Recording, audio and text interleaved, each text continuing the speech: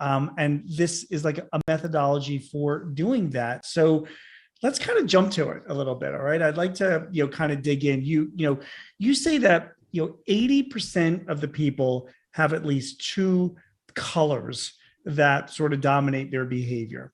You make that statement. So with that in mind, let me ask you to walk us through this first grid. And then I've got another grid, the color grid, that we can talk about as well.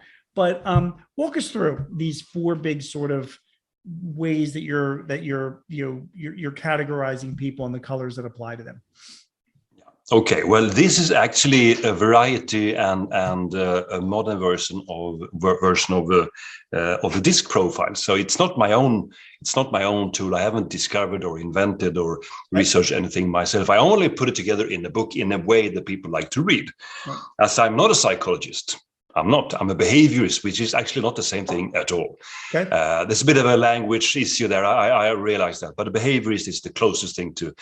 But anyways, well. And by the way, in my ignorance, I would assume that they are very similar. So that's interesting. Well, they have similarities, of course, but they have lots of differences. Okay. Mostly, the biggest difference is the psychologists don't like behaviorists at all because they are too sort of hands-on.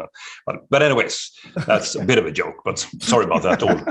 Psychologists who listen to this. But anyways, no, you have two axes. You have a standing axis, this on this, and you have task orientation, then you have people orientation. And here you have, let's see, here you have, is it the right way? This is introversion, and here you have extroversion. So you have sort of a 2x2 matrix, which we consultants, of course, love, 2x2 matrices.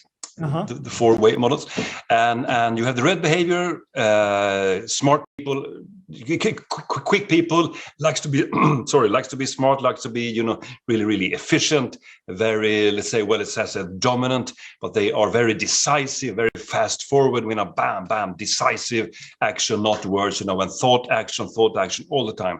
Speed up, let's go ahead, and we're in a hurry. Well, we're not in a hurry, but we could speed up things anyways because life is short. So let's get going. That right. Kind of people, don't sort of stay around too long. They just push the pedal to the metal to say. So that's it. Task oriented and extrovert. And then you have the yellow factor, which is also extroverted, which is more. I mean, extroversion is kind of an energy. People who likes to be active, let's say, instead of passive, which is more of the introvert energy. Let's go over there. Okay. But anyway, no, but they're also people oriented, the yellow ones. So they are smiling and open-minded and positive, very visionary thinkers. Also quite fast, but not as fast as the red ones. The red ones, they win the fast game there. They are always, their thoughts are kind of into the future. How about going there and maybe when we are there up on a hill, up there, can you see that we're conquering the world, Everybody else would say, well, how did we get it? Never mind that. Let's just do this. Bam. No details, very emotional, like this. Mm-hmm. Impulsive, as it says there. And then you go over to the introverted side, and then you have the people-oriented introverts, which would be the green ones, more calmer, very caring, very sharing, very, very, very supportive, very good listeners, good team players. They really hear what you say, and they notice what you say, and they will remember what you said, especially if it was something bad.